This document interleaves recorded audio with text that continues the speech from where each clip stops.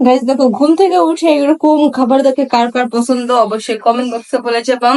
ধরো ধরতে গেলে ঘুম থেকে উঠছি এরকম রেডি গরুর মাংস, গরুর মাংস বলি কেন, পোলাও গরুর মাংস। ওয়াও!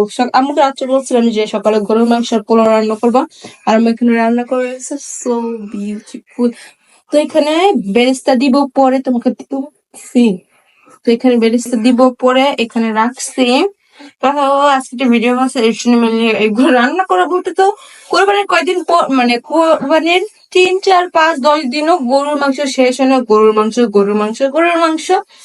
তো সকালে রান্না করছে, তা বললাম যে আজকে একটা চ্যালেঞ্জ ভিডিও করার আছে, তো এটা দিয়ে আজকে একটা ভিডিও করব। যারা যারা দেখতে চাও একটা লাইক করে ফেলো তাড়াতাড়ি করে। আর দেখো কত সুন্দর গরুর মাংস আর পোলাও। সুন্দর না, কমেন্ট কর সুন্দর না, অনেক সুন্দর কালার আসে কই। কমেন্ট কর, আর দেখো কত বড় একটা হাঁড়িতে কমেন্ট করে দুই এক তিন টাকা দিন ভালো আমি রাঁধতে পারি। 2-3 দিন মিলে খাবো। সো মানে এটা মানুষ ডাইরেক্ট কালা ভুনা রান্না করে, আমরা এটাকে জ্বালাইতে জ্বালাইতে খেতে খেতে যখন এতটুকু হয়ে যায় তখন এটা কালা ভুনার একটা ফ্লেভারের মতন আসে কালো করে।